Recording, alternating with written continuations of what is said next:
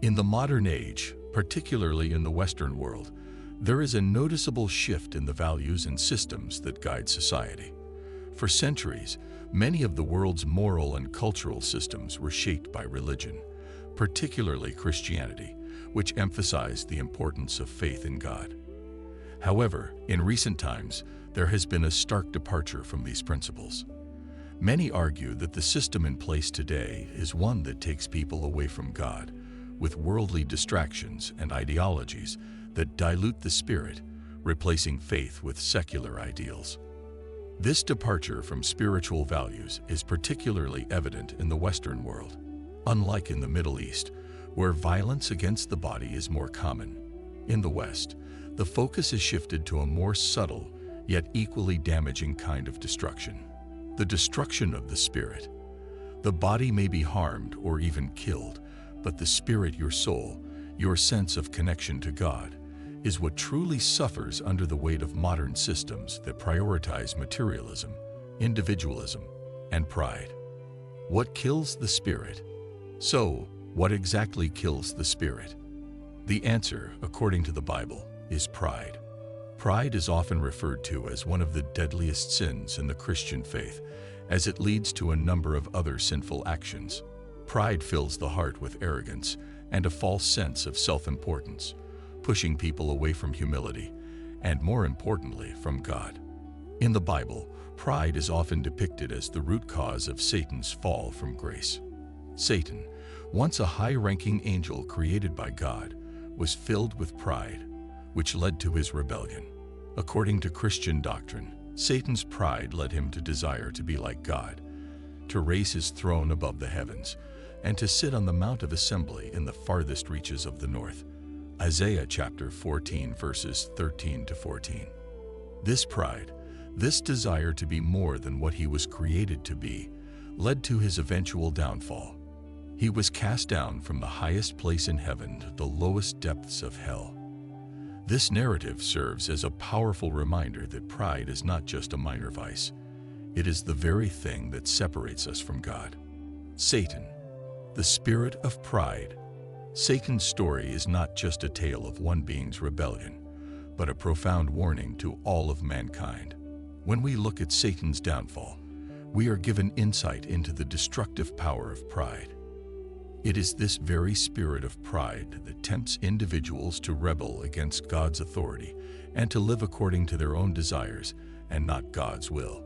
Satan was created as a spirit of the highest rank, but his pride caused him to fall from grace, and with it, he brought about the suffering of humanity.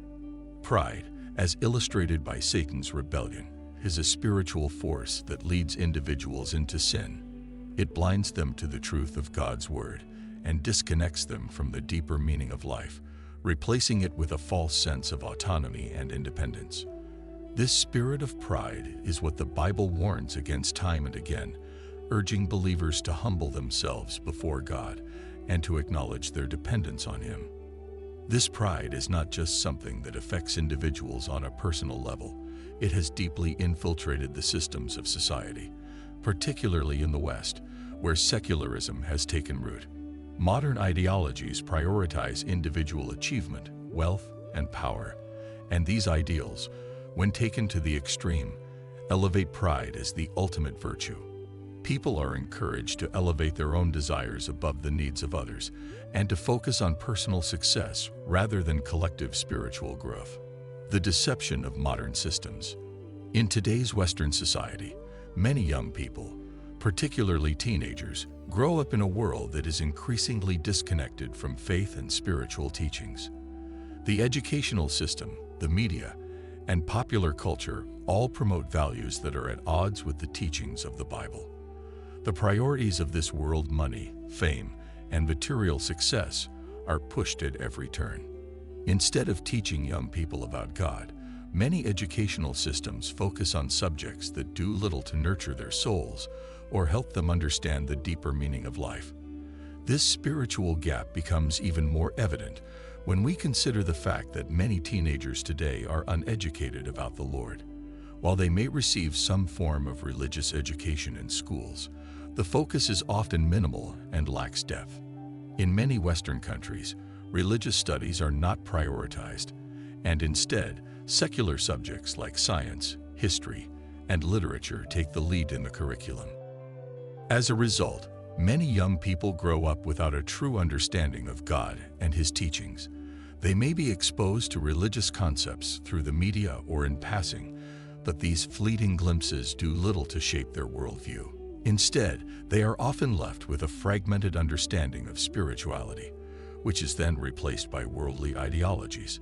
This gap in religious education leads to confusion and spiritual emptiness. In the absence of spiritual guidance, many teenagers turn to other sources for comfort and direction. One of the most significant influences in their lives today is the government system. With its promises of free education, healthcare, and financial support, the government system has become a substitute for faith in God for many people. But this reliance on governmental handouts and support is a dangerous path. It creates a culture of dependency, where individuals are not taught to rely on God for their needs, but instead on the state. Additionally, there is a growing trend of misinformation in the media, particularly on social media platforms, where distorted views of the world are propagated as truth. This misinformation, often driven by personal agendas, contributes to confusion and spiritual apathy. The lack of discernment about what is true and what is false leads people, especially the younger generation, further away from the truth of God's Word. The role of parents in shaping the next generation. Have we educated the parents? Unfortunately, the answer is no. In many cases, parents themselves are uneducated about spiritual matters. They have been influenced by the same secular ideologies and systems that have corrupted the youth. As a result, parents often fail to pass on the teachings of the Lord to their children. The Bible speaks of the importance of parents teaching their children about God. In Deuteronomy chapter 6 verses 6 to 7, it is written, "These commandments that I give you today are to be on your hearts. Impress them on your children. Talk about them when you sit at home, and when you walk along the road, when you lie down, and when you get up." This commandment highlights the responsibility of parents to not only teach their children about God, but to live out these teachings in everyday life. However, the reality is that many parents today have been led astray by the secular world. They have allowed worldly ideologies to shape their worldview, and as a result, they fail to pass on the true knowledge of God to their children. This lack of spiritual education leaves the next generation vulnerable to the lies of the world and the temptations of pride, materialism, and self-reliance. The cycle of deception. The consequences of this spiritual decay are far-reaching. As the parents have been led astray, so shall their children be led away from God. The cycle continues, with each generation drifting further from the Lord. The younger generation grows up without the guidance of their parents and without a solid foundation in the truth of God's Word. This cycle of spiritual deception can only be broken through repentance, education, and a return to the teachings of the Bible. It requires a shift in priorities, away from the pursuit of wealth and personal gain, and towards a life dedicated to serving God and others. It also requires a renewed commitment to teaching the next generation about the importance of humility, obedience to God, and the dangers of pride. A prayer for mercy and understanding. Lord, have mercy on us sinners, for we do not know what we do. We have allowed the systems of this world to pull us away from you. We have allowed pride to rule our hearts, and in doing so, we have forsaken the true purpose of life. We have become consumed by the desire for material success and personal glory, and we have neglected the spiritual life that you have called us to lead. Forgive us, Lord, for our pride and for the ways in which we have led our families and communities astray. Help us to humble ourselves and to recognize that true success is not found in the things of this world, but in our relationship with you. May we teach our children about your love and truth, so that they may grow up with a firm foundation in faith and humility. We pray for the strength to break free from the systems of this world that seek to destroy our spirit.